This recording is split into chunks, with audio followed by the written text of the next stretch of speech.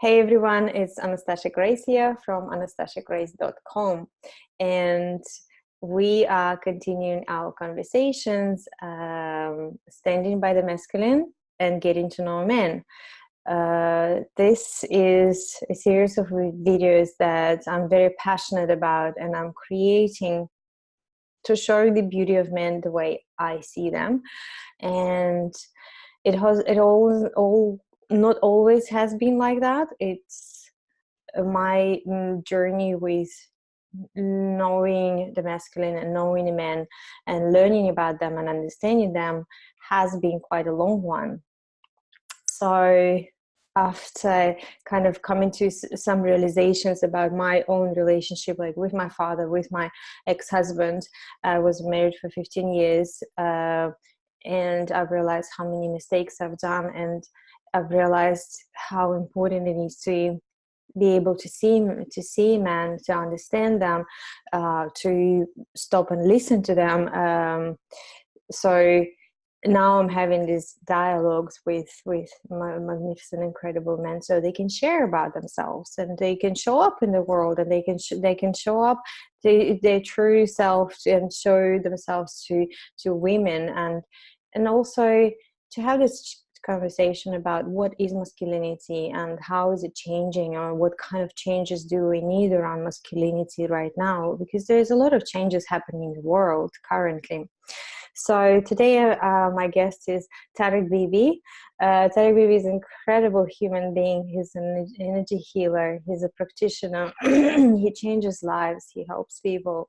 He's also a mentor, spiritual mentor for many other spiritual practitioners. He also writes music, conscious rap. So he's very much out there on his path, on his mission. Welcome, Tarek. Thank you for being here. Very welcome, Anastasha. I love what you're doing. This is such an important conversation, and I'm really grateful and honored to be a part of it. So, starting from that, why do you think it's important? Why do you think it's important to be talking about men and masculine, and what kind of message would you like to share? I think it's really important what you're doing with these conversations, because a lot of times I'll attract women. 95% of my clients are women who don't attract the right kind of man. They attract narcissists, they attract energy vampires, they attract manipulators, they attract like the masculine, like very strong masculine energy, but not balanced, not heart-based, not conscious.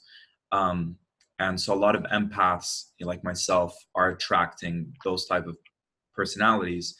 So for women, at least, to know that there are men out there who are balanced with their masculine and feminine, who are empathic, who are heart-based, who are conscious, who are spiritual. Just them knowing about that these people are out there opens up the doorway for them to attract these people into their lives. And also, I like to say that I represent the new man. The new man is heart-based, is conscious, is spiritual, is balanced with the feminine and the masculine, is comfortable crying, is comfortable sharing emotions, is comfortable sharing vulnerability, because in those things, there's a lot of strength, there's a lot of power. As opposed to the masculine energy that we're taught is strong, meaning don't show emotions. That's old school, that's old paradigm, that's outdated. And the new evolved man is someone who's very comfortable with their emotions, but also very strong in their masculine. They can be a solid rock, solid mountain, and not let things, including their women or women around them, sway them from their strength. They could just be a strong mountain, a rock, and no matter what you're sharing, we'll just hold space for that. We won't take it on. We won't take it personal. We won't get,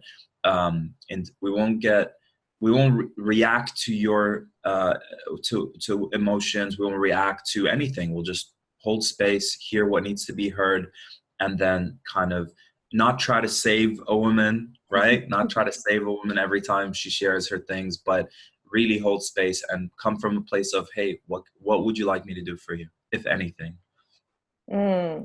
That's beautiful. That's Yeah. that. Yeah, that's absolutely beautiful. I remember in my younger years, I definitely had this view of the masculine that, like, those silent, brutal type, that doesn't share, like, emotions or Mm. any kind of compassion. It's just this roughness and toughness. And I grew up from that, and I matured. And it's all about standards as well, isn't it? It's just, what do you require for yourself? What do you need? And also to have the trust that this new man and new way of relating is available. It's Yeah. actually out there, and I can say for myself, because I'm an incredible, beautiful relationship and connection, which feels more like an incredible dance of masculine and feminine. And I'm still I'm still myself. I'm still feminine. I'm still, like, volatile and emotional, and with my ups and downs. But as Mm. you're saying correctly, this masculine can hold the space. Mhm. So, what qualities do you think are distinctly male or masculine, I would say? For me, the masculine is action oriented. There's a lot of imbalance in the spiritual community with the men, because they're more in the let's go with the flow. Let's meditate a lot, do yoga, which is great. All those things are great, but I feel the masculine energy within a female, within a male, is the part of us that takes action. So there's a lot of talk about wanting to do things, and there's very little actually doing them. So I feel that that might be suppressed. The masculine energy might be suppressed in spiritual communities and in the new age movement. And I feel the more we can just actually do things, choose Mm. one thing you're really passionate about, go out there and do it, do it big, get yourself out there, create solutions, create programs, create books, create YouTube content, social media content, like create um, action, take action towards getting yourself out there. Um, to me, I think that's the most important masculine trait. Be a provider. Um, the thing that I've noticed, I've been to a lot of men and women circles in Canada, in America, and Australia. And the problem, the consensus, the summary of the issues is that the women are stepping into their power. Bless, bless, bless. So happy to hear that. In that happening, it's like, I don't need a man to do this for me. 100%. You are independent. You're empowered. You don't need a man. However, you can still not need a man to provide for you, but you can also allow yourself to receive from a man, because receptivity is feminine, it's sexy, it's beautiful. It allows a man feel more like a man. But Mm-hmm. if you're this strong, independent woman, I don't need you, don't open the door for me, don't buy me anything, don't take me out to dinner, don't anything. That's you being that's a feminine being in her masculine. And do you get what I'm saying? Like, you can be an empowered, independent Yep. woman, but you also are invited to be that feminine energy that says, I'm going to receive. I'm going to allow this man to take care of me, not because I can't, but because in me receiving, I'm in my feminine, and it allows him to be in his masculine. And there's this beautiful energy that happens. So that's one issue. And then with the masculine, too much in the feminine energy and not taking enough action. So it's like the women are more masculine and the men are more feminine. So we need to bring that back into balance, and things should be better. Mm. Oh, definitely. You bring it to the balance. Um, in regards to relating between masculine and feminine energies, so my question would be, how do you think we as women can relate to men in such a way that we bring out the best, that rather than bringing out the violent or the dominant or defensive or like territorial, which are Mm. also masculine traits but considered to be toxic masculine traits? How can you relate in the best way possible. Like Alison Armstrong calls it, turning princes into frogs. Like, so we don't turn princes into frogs, but rather open up the beauty of a man. What would that be for you? I love that question. It's a great question. And I really feel women have the power to birth and to destroy. You can say one thing to a person, to a man, and you can destroy them. Psychologically, they're ruined. Their confidence levels, their faith, their belief, their everything. So you have that power to either turn a prince into a king, or you can turn a king into a frog, let's say, or whatever the metaphor is. But like to create, just like Mother Earth. Once I was looking at the waves. I was like, whoa, those are big waves. I usually don't let that stop me because I have full faith and I'm an Aries and I love the challenge. So I'll jump in and it's crazy waves. No one's swimming. And I'm like, wow, what a beautiful ocean, Mother Earth, so beautiful, this and that. And then this one wave got me and I was like underwater, just spinning and like I couldn't breathe. And I was like, oh, okay, I'm going to die right now. This is crazy.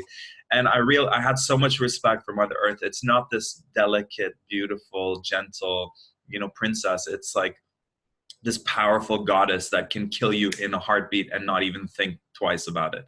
So I feel with us and the feminine energy, she has the power to birth, to kill, to birth, to destroy, to, behind every successful man, there's a woman just helping take that man to the next level. But also if you take advantage of that, if you don't respect that, if you disrespect that, it's very possible that she might do the opposite, and she can do that. So I feel women, I recommend them being fully in their power. We're supposed to have a healthy form of intimidation. I really believe men need to have a healthy amount of, whoa, she's a goddess. Like, I respect her. I'm a little afraid of her. Okay. Not in a bad way. Like, I'm aware, just like with Mother Earth, I have a little fear that she could kill me at any point. Like I'm aware of this power. Yeah. And I fully respect her, and I not from a place of fear, but just that if a woman truly allows herself to be in her full power, a man should have a healthy fear of that power. I don't know how to describe it in a way where I feel this can be misconstrued, but if you truly are in your power, it's a little intimidating, and that's okay. You don't need to hold it back. That's how women are supposed to be. We've been conditioned that that's not the case. But if you go back in the days and in other places like South America and Africa, the woman is revered.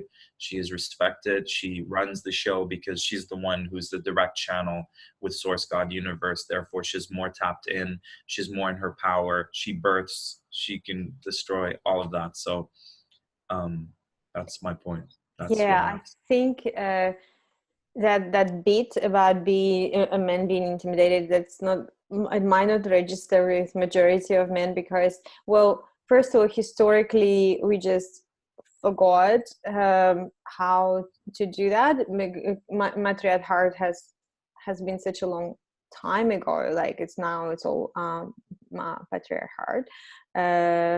So, but there was a time when yes, women were worshipped and seen as powerful, but with a sense of respect and love at the same time, and this tiny bit of intimidation, just basically acknowledgement of the power rather than dropping into defensive mode. So unfortunately now what I see with clients that I work with is the core wounding is not good enough or not significant. That stems from our childhood, comes from just the way we're brought up in society, with really little example of a healthy divine masculine.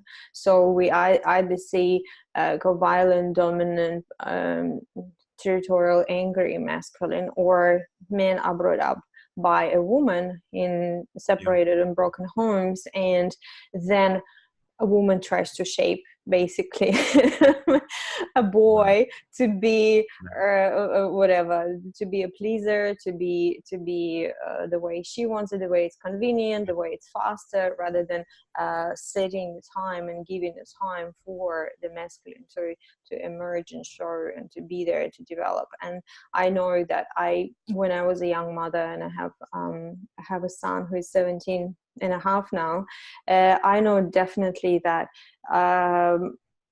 in my 20s I had this little boy as a son, and I wasn't acknowledging his masculine. Absolutely. I was like pushing him around as much as I could, so it's convenience for my schedule and for my timing and for my beliefs and my wants and so on. And I feel that I have to undo so much of it right now. So what are your thoughts about that in regards to this core wounding, and how we as women can be aware and relate to men in a way that heals or minimizes that wounding? Because from the wounding in significance, what you can receive either defensive male who's always protecting himself and always protecting his ego, or a women's pleaser, a people's pleaser, which none of those are really centered. Yeah, it's really complex, Anastasia, and every child has their complexities. And men, there's a lot of single moms like in my tribe who are raising their kids, and unfortunately the way they're being raised is they are demasculating their kids in a way. They are kind of pushing them, bossing them around, which does create like a demasculation almost. Like, so I really feel we need to go back to, boys connecting with men. So all your conscious masculine friends, like I'm more than happy to be a big brother, to younger men. It fulfills me. I have a lot of fatherly, qualities, and love being an inspiration. And I worked in a youth shelter for a whole year, and I loved it, and got great feedback and felt really fulfilled. So connecting a young man needs the masculine energy to inspire him in a way that a woman's energy is not able to do. Mm-hmm. And so the big problem, every time I'm in these circles, I ask who here had no masculine energy as a role model. Everyone puts their hands up. And then I go even further, who here had negative masculine energy? Like, so the masculine in its negative, everyone puts their hand up. So the core, one of the big cores is that the masculine role models in our society are in the negative masculine. And so then the women come and they're like, all right, I'll take that role. So the women are being men and they're being the moms and the dads. But I feel like one of the solutions is find your conscious friends. I'm one of them as well. And I love working with kids, and, I do it from the heart, and, kind of role model, positive masculine figure, mentor, whatever the case may be, and have your son be around that kind of energy, these kind of people who, play, I play basketball with one of my soul sisters. She's a single mom. So I play basketball with her kids. I used to take them to the movie world and just hanging out and just being like, hey, I'm a rap artist. I'm also an entrepreneur, and I'm making a lot of money, and I'm making a big difference. And, just showing them that this is possible. Yeah. Yeah, that's awesome. And I feel like a woman can be strong. So it's like women grow up usually not getting what they want from dad. Dad's not there, dad's not available. And it's like this little trauma. And then they spend the rest of their lives kind of pleasing the man, catering to the man, like almost begging, like, please just give me some positive words of affirmations, or just say nice things to me, because I've never had that. Mm-hmm. There's this huge imbalance of it. So the more a woman gets her needs met, like, hey, I look in the mirror and I say, I am beautiful, I am powerful, I am a goddess. you know, from your friend circle, everyone just being like, hey, Anastasha, we love you, support you, we see you, we acknowledge you. So you're getting a lot of these needs met, then you're not going to kind of have the masculine have so much power over you in your relationships, because you're that desperate for any form of them seeing you and hearing you, things you didn't get as a child. So the more you get in your empowerment and get that from many different ways, then the more empowered you are in the relationship. And I feel with women, it's like expressing, you know, expressing yourself, really continuous practice on, hey, honey, hey, son, hey, dad, I would like you to do this right now. I'm feeling this way. I would like your support. I would like you to say something nice to me right now. I'd like you to do something nice to me right now. I need help doing all of this stuff. There's a lot of pressure women put on themselves, and they say, okay, I can't rely on the masculine. I'm going to do everything on my own. And there's a lot, like let's say 50% of what women put on their shoulders is self-imposed. You don't have to do that. You can actually share the responsibilities with your support system and have everyone play their part. But there's this like survival programming where it says I have to do everything myself because I can't trust other people. They've let me down. Therefore, I do it on my own. But the more you can just invite the tribe over, like let's say it's your son, especially 17 to 18, that's like the time to have, you know, that, you know, in the old days, I'll have these initiations. I highly recommend researching for all the parents there who have kids, researching initiation experiences. There's beautiful people all over the world who will connect to your children and help them during the time where a boy becomes a man and a girl becomes a woman.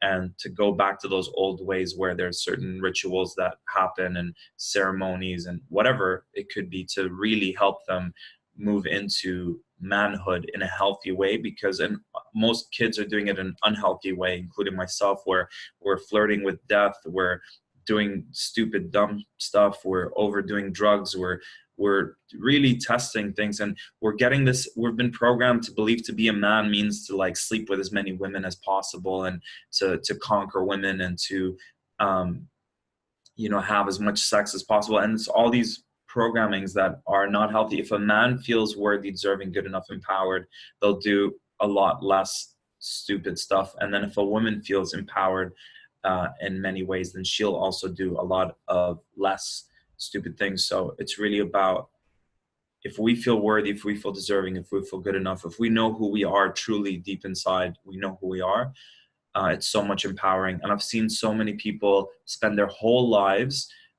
working their asses off, pleasing their bosses, pleasing their partners, just to get something that they didn't get from childhood. So you can spend your whole life trying to get it outside of you, or you can take, you know, a few weeks to really heal that and to get it from within, so that you're no longer spending and wasting your energy trying to get that trauma, like little bits of it throughout your life.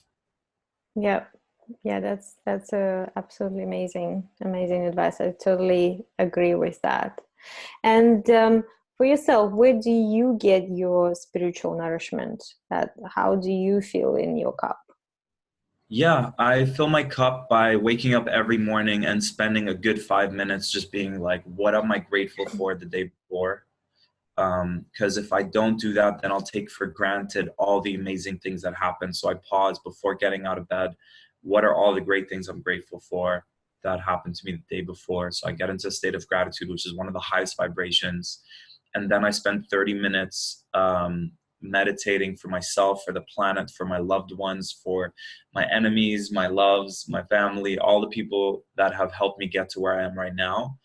And then I'll go out and do some yoga, get in my body, connect to nature, connect to the earth, connect to the sun, set intentions for the day, say some affirmations, and then, yeah, start my day. You know, what are the most important things I want to do today? And, you know, the big goals that I want to accomplish, and get the big ones out of the way first. And when the day is done, if I'm able to, you know, balancing the work with, okay, now I'm going to go do something fun. I'm going to go perform some poetry. I'm going to write a rap song. I'm going to connect with friends, you know, whatever. Just fill my cup by connecting with friends.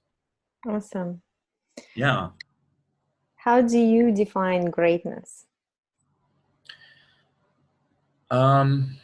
I feel there's a part of us that feels it's less than, and I feel there's a part of us that is larger than life. I have this term called insignificantly larger than life. So there's a part of us that feels so insignificant, and then there's another part of us that's larger than life. And it's the same metaphor with you're the drop in the ocean and you are the ocean itself. So to me, greatness is simply when you are in that higher self, when you are connected to the all, connected to God, connected to the source. When you are in that, that's you at your greatest. But I also feel there are things that make you greater. There's habits. Greatness can be habits, Mm-hmm. habits of mastering your boundaries, mastering your time, getting to the habit like yourself, reading a book a week. I was talking to my friend about it yesterday. Just continuous learning, wanting to grow, wanting to evolve, learn from mistakes, take workshops, take courses, have mentors, have healing, this constant, perfecting ourselves, I feel is great.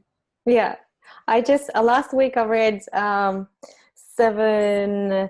Oh no, The Masks of Masculinity by The um, mask of masculinity. yeah, Lewis. It was a really good book, really great one. And today I'm reading The Descent of Man by Grace and Perry. Super incredible Wow. as well. This is all about masculine and studying the masculine.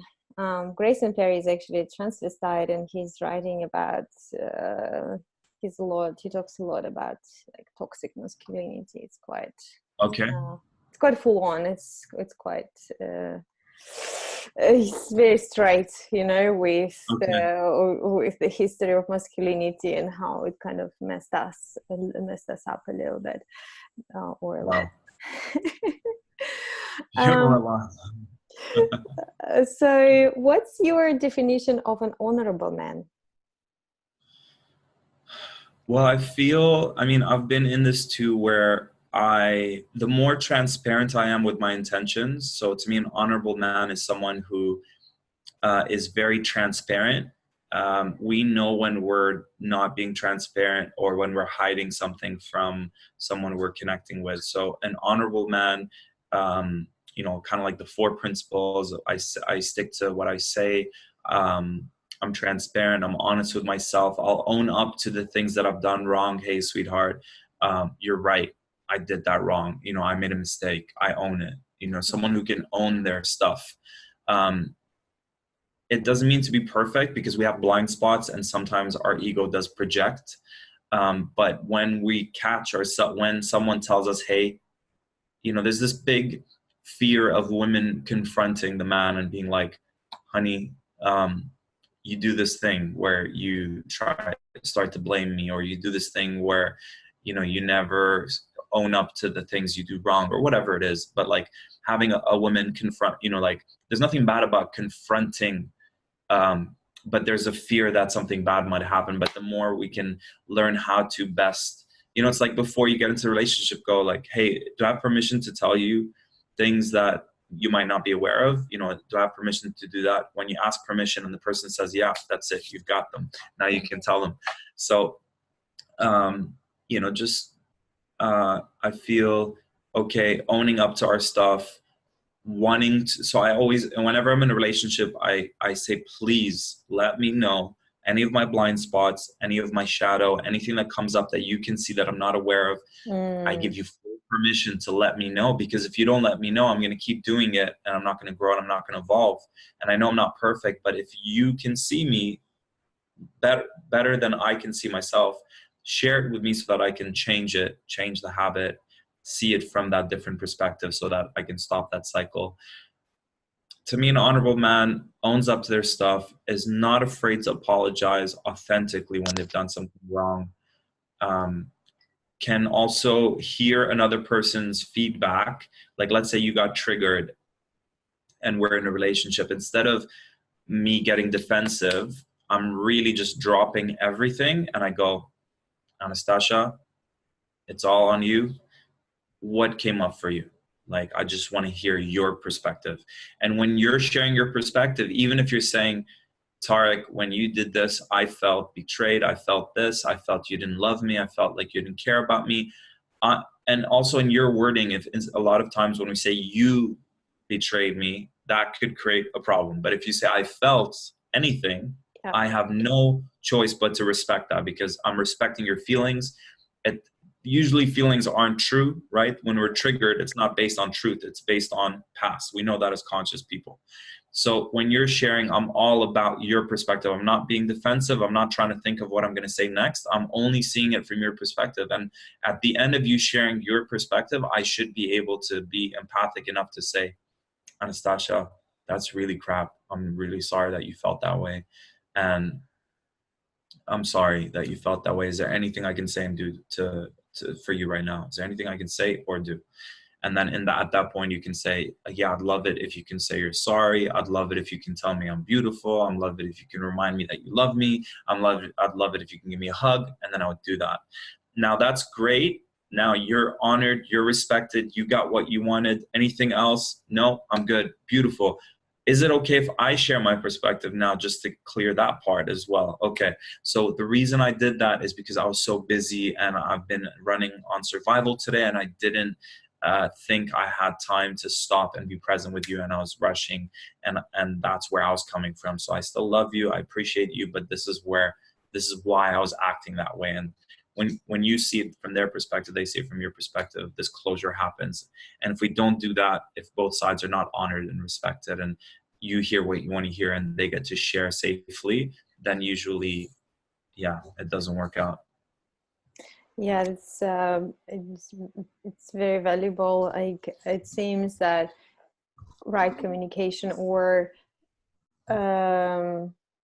like good communication strategies, can actually solve so many of our problems. Like, there is such a Emma. like what you mentioned when we talk about our feelings, so like, this is the basics of non-violent communication, where that you can study to learn to communicate in a different way, because I love that you pointed out running on survival. If you can share a little bit more the difference in living out of your center, living out of your soul or presence, versus living out of your survival, because that will actually make a distinction for some people. Sometimes we just do not realize how much in our day, in our lives, we just run out of survival, on the instinct, not being present to what is actually happening, but running on reactivity. Yeah, I feel that's when your spiritual practices will really help. So taking time in the morning to be present, to set intentions, to meditate, to be present with your thoughts, doing some yoga, whatever you can do in the morning to really start your day, writing your intentions, journaling, gratitude, really helps to carry that. What you do in the morning, I really feel affects the rest of your day, because we've had those days where we started and it was rush and it was chaos, and it kind of, the whole day kind of gets domino affected in a negative way. But there's also the opposite, where if you start your day, even if you wake up a little earlier, you give yourself this sense that I have more than enough time. I can slow down time. I can take it easy. I can, enjoy the beginning of my day. And then that carries forth throughout your day. But I feel that if you want to grow, if you want to evolve, get into a relationship, even if you feel like you're attracting someone who's not your best, they're there to help. Like, we attract not what we want, we attract what we are. So if we're still at a certain level and we still have these lessons we haven't learned, those narcissists that a lot of us complain about, they have so much for us. They have so many gifts for us, because they teach us about just being stronger with they want something, they go get it. They teach us about having strong boundaries. You can't mess with those people. They have super strong boundaries. They don't care what people think. A lot of us, we over care what people think. So they're really there. We either attract like-hearted people or we attract the opposites. So when you're attracting the opposite, find out what is it within them that I need to activate within myself. And also know that when you are in a relationship, it's the ultimate spiritual work, because they're going to mirror back to you all your unresolved stuff, all your weaknesses, all your everything that is unresolved will come up in a relationship. So the best way to evolve and grow is to be in a relationship. And if you can use that relationship as a spiritual tool for growth, it'll really help you move forward. And all you need to do for that is anytime something comes up, to either kind of sit and meditate on it before moving on, and have techniques. It's okay to have strategies with your partner, like, hey, I need to be on my own right now. I love you and I need some time. I have this rule where I go time out. Time out means you could be about to explode, and then every person in the relationship has the right to say time out, meaning pause. Oh, actually, it's called pause. It's called the pause game. It's called the pause technique. So you can pause at any Yeah, time without manipulating, because you that's can cool. abuse it. But just pause, meaning like, I'm not feeling safe right now, pause. And then everyone's just forced to like sink into the moment, sink into their hearts, be present, to be conscious. So it's a really cool technique, and you can kind of create these. You can find them in books. I've created that one, and I've created the one where it's like, all right, sweetheart, you go first, share your perspective. I want to hear you fully. I'm sorry, I love you. And then, hey, this is what came up for me. Can you give me a hug as well? And then there's this closure. And also to have balance. If you're too much in the relationship, think it's gonna explode. If you're too much in their face, they're in your face, and you guys can't stand each other, then that's a clear sign. Spending time with children, are you spending time doing your spiritual stuff? Are you spending time alone? It's so important to have time alone within a relationship, time for yourself. You know what I mean? And if that's not balanced, it might just Yeah, absolutely. I love that yeah. pause strategy. I totally Pause. need that. I have a bit of a Yeah. temper. Yeah. So let Martin know about the pause Yeah, technique. I love that one. Yes, there's just a few excellent points that you mentioned. Oh, about yes, having a relationship as a spiritual development. I can tell you for sure that I have never sort of, and I'm sure majority of people do not start the relationship as a spiritual practice. We usually want to get into relationship so we're like all loved up and all happy, and it just Exactly. keeps coming. I remember Yeah. it's when I became present to myself in relationship when I was at the Day with Destiny at Tony Robbins, and one of the exercises is like, what do you want? How do you want the relationship to be? What do you want from the relationship?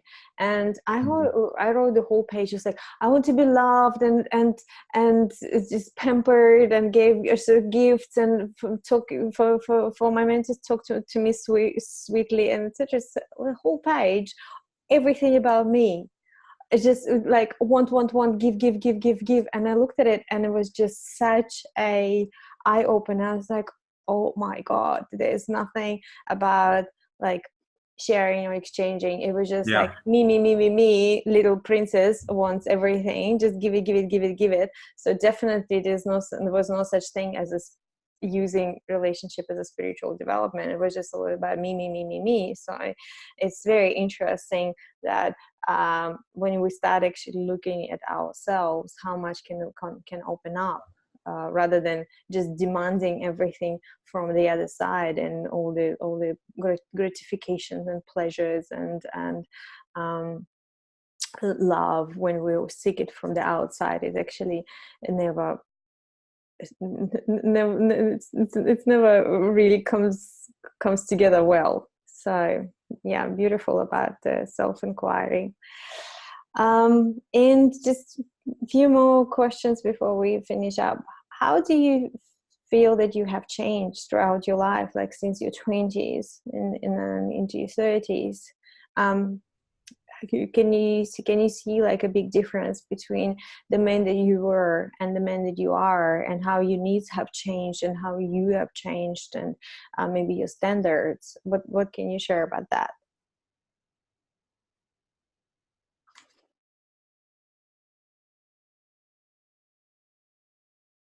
And we're frozen. Great question, Anastasia. So I love that question. I got married at 27, and I remember just being this imbalance. Like, I've always been very heart-based and giving and loving and nurturing and all that. You know, great feedback as from my relationships. And I also had unresolved stuff, you know, unresolved anger, unresolved snappiness, you know, being an Aries. I wasn't taking care of my health. So a lot of fire. And so in my relationship, at least with my ex-wife, I would allow myself to drink alcohol as much as I wanted, and you know, eat whatever I wanted. And I noticed how that was affecting my energy. I'd get, you know, if I'm eating a lot of spicy food or drinking alcohol, like I would get more, if I was triggered, it wouldn't be a graceful, hey, sweetheart, I felt triggered. It'd be like, wow, why are you saying that to me? Or why, you know, just taking it to heart and making it personal, and, you know, trying to say something back to hurt her feelings. And it was just terrible. So one day she's like, I can't take it anymore, I'm leaving. And that was the last time I saw her. So just literally from like living together for 4 years and marrying to not even like talking, but just like, I'm out of here. So first day I was like, why did this happen to me as a victim? And then second day I was like, how can I learn from this? And when I asked, how can I learn from this? That was the biggest blessing, because she taught me so much. And in that moment, I realized, oh my God, I've been doing this my whole life. And me asking that question showed me how there's so many things that are patterns and things from childhood. And so I just started focusing more on those things. And I also vowed that moving forward, I'm going to commit to working on myself. So I did an Ayurvedic kind of like, this is what I need to eat, what I need to avoid. So I started eating more like raw foods, more smoothies, more coconut water, less like spicy foods and alcohol, because that just really is emotionally like I react not so well to that. So just really calming the body down and making sure I'm balanced, spending time in nature. And I vowed to work on myself diligently. So every single week I'll do some kind of healing or coaching or to clear some of my issues, so that in my relationships now I could be much more balanced and heart-based. So I feel like same thing without having a masculine role model. I was a boy, you know, just being a boy. A lot of men are boys. And I feel what happened is taking responsibility for my life, letting go of my victimness, working on myself diligently, finding my passion, my purpose, and you know, making that a huge priority of getting my work out there and helping make the biggest difference I can, and sharing my gifts and learning and growing and evolving and constantly like, hey, how can I get better? How can I get better? I feel in that process I've become a man, and I still find myself, you know, the inner child in me, you know, just wants to love and be loved. It's very simple. And the man in me wants to evolve and grow and be the best version of myself that I can be.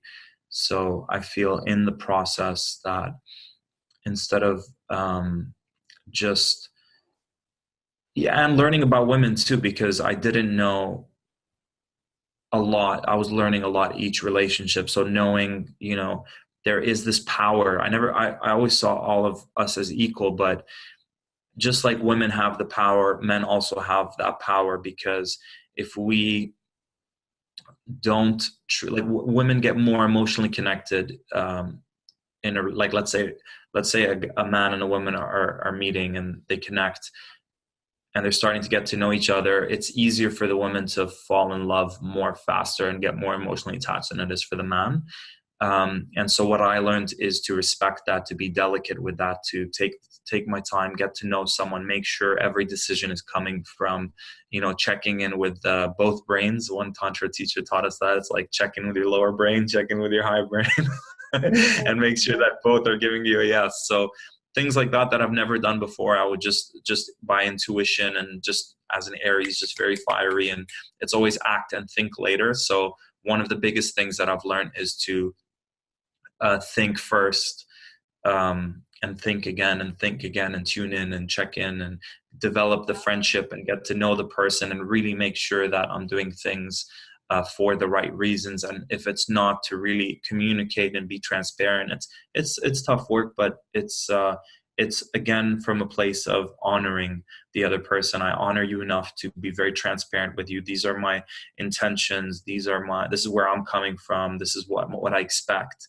What are your expectations? Because the pattern I would have is just like, hey, can't we just like have fun and just, have it light and, not necessarily dive deeper. And then what I would notice is a lot of women would fall in love with me really fast. And I was like, oh, we're not on the same level. And I was like, oh shit, like we need to have this conversation.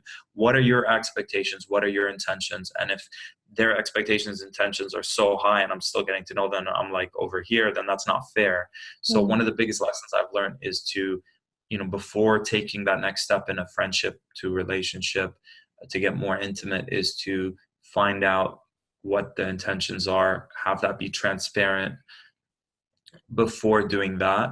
And then based on what you hear, like in terms of if someone says, I don't have any expectations, I'm also just kind of going with the flow. Beautiful. But if someone says, hey, I see you as being someone in my life long term, and you're not there, to have that conversation and just it's a way of honoring and respecting someone. Whereas in the past, I'm like, hey, I'm a free, an Aries typical, like I'm free to do what I want. I don't owe anyone anything, fair exchange. I didn't do anything more, but just being delicate. It's like being delicate with a woman and respecting her enough to make sure you're communicating beforehand so that it avoids heartbreak and disappointment and jealousy and anything else. That is such a good sign of maturity as well, because when we're young, we do a lot of damage to ourselves, and it same will apply to a woman, to actually think before, just a little as you said, stop and think, and then think a little bit more and think a little bit more, because that will actually save you from a lot of baggage that you have to undo later. I just a couple of days ago I read this beautiful post about, it's written for two men, so like four men, saying, when you are penetrating a woman, you are actually inside of a human being. You are penetrating a human being. You are inside of them. So just it kind of just registered and sending the message to, like, just register you are inside of the human being. And a female woman's womb, her yoni is connected to her heart. So you are already inside, and you're penetrating with your energy. You are leaving your like thread of you, like your energy inside of her. So no wonder she gets attached, or she gets connected, because you're inside. Literally inside. You're already there. So it's really hard to kind of so every time you pull away, it's for a woman a disconnection. So it's kind of just a bit of a wake up call for women as well, to understand that it's not as simple as just kind of no strings attached. It's just, there's always much more. There's always energetic exchange, and as you shared, this is very, very mature approach that you've learned for yourself. Well, thank you so much. If you have any like last words of wisdom for 100%. Women, before we go. I feel like the biggest secret to life is saying intentions, whether you're more into the, Aboriginal or Native American, everything is prayer, or if you're more like into the witchy wizardry, like everything's an invocation, or if you're more in the spiritual sense, everything's an intention. So I really believe in the power of intentions. And one of my favorite intentions / prayer / invocation when I'm meeting someone is I'll say, I surrender this relationship to my higher self. Or if I'm with her, I'll go, we are surrendering this relationship to our higher self, only allowing that which is for our highest good to happen, and allowing ourselves to receive all that is available from this connection, receive all the blessings, the gifts, the everything we can receive from it, and to give from our overflow and only do what feels 100% right. And when you say that intention, but when you're meeting someone where you're like, there's something here, and sometimes the mind or the lower mind goes, that's what it is. But a lot of times it's a lot more, and it doesn't need to go there. And, sometimes it starts to get complex, and it's like, hey, our angels, our higher selves are like, you guys are missing the point. She has a gift for you. You have gifts for her. Like, that's what it was there for. There was a higher reason why you connected. Don't complicate the crap out of it. Like, receive what's there for you and give what you're there to give. And that way both of you evolve and grow and maintain. Like, friendship is much more sustainable than, something quicker. Sustain that friendship. They're there in your lives for a reason, and we're there in their lives for a reason. So continue to bless each other throughout your lives if it was meant to be long term. So just by setting that intention, you make sure you're doing everything for the right reason, that you're receiving what's there for you more than what you think is possible, is available, because the universe brought you guys together. And by surrendering it, you stop trying to force, okay, this is what it needs to be. And, there's this flow that happens, and it's like, whoa, I wasn't expecting this to happen. But now, thanks to what you shared, I now found my dream job, or I now met my soulmate, or now I healed an aspect of myself that's been there forever. Or one of my biggest dreams was to do this thing, and now I get to do it with you. And surrendering and setting an intention when you get into a relationship. And I actually also love doing it before and after making love. So before making love, I'll go, I surrender this experience to my higher self, allowing what needs to happen, and creating a sacred space and allowing us to deepen our connection with ourselves, together with ourselves, with source, and to come out of this just feeling so our heart expanded. Whatever you want, like, set those intentions before friendships, before making love. After making love, send all that beautiful sexual energy towards the planet for peace, for your intentions to come true. Like, intentions. Live intentionally, with intentions. That's beautiful. Thank you so much, Tarek. You're very welcome. Been a bliss with Tarek Bliss Bibi. Miss Bibi, I appreciate it. You're so fun. I appreciate you. I see you. I love what you're doing. This is really important, and I'm looking forward to hearing your other interviews so I can learn more. And I look forward to sharing this with my community and your community, and Thank you. hearing what people say.